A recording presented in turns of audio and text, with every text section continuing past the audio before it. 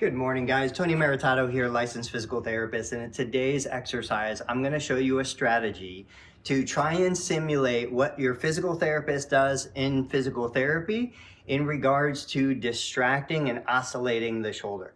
So one of the most challenging things after a shoulder surgery, like a rotator cuff repair, subacromial decompression, biceps tendon repair, any of those procedures, I have been working with patients for nearly 20 years in private practice, and one of the things that I see across all patients is the difficulty in relaxing. Your therapist is probably telling you, relax, relax, relax 50 times during a session, but it's hard because the shoulder is guarded. It may be painful. You're very protective. It's a normal response. So what the therapist does, what I do in my physical therapy clinic, is I might gently hold the hand in like a handshake position, and I might gently kind of oscillate, give a little bit of tension, a little bit of shake, just to get the musculature to calm down.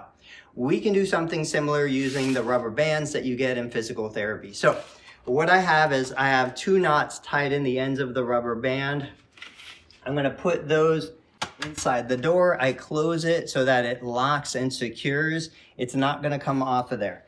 Now I've got this big loop on the other side, and what I'm going to do is I'm going to loosely put that loop over the wrist, relax my fingers over the band, and then as I back up, the band is going to create a little bit of traction to allow me to get that pull and oscillation through the shoulder.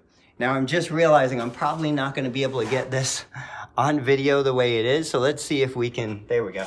Okay, so it's over the wrist, loose grip. I'm going to go ahead and back up. And right now I'm just completely relaxed. I'm not pulling, I'm not tightening, I'm trying not to guard. I might even use my other hand to come on top. These are muscles of the upper trapezius, levator scapulae. I'm putting 2 fingers of pressure in there just to kind of get them to relax. And then what I do is, so the band is creating a little bit of traction. I can create a little bit of oscillation just by giving it a light bounce.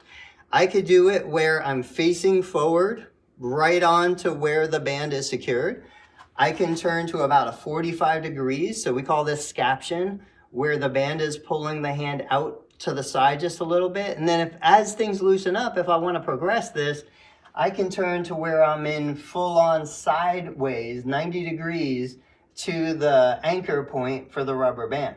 There are times where my patients have a hard time reaching behind their body. So what we can do, I'm going to switch hands so I can demonstrate. Again, I put it over the wrist, loose grip.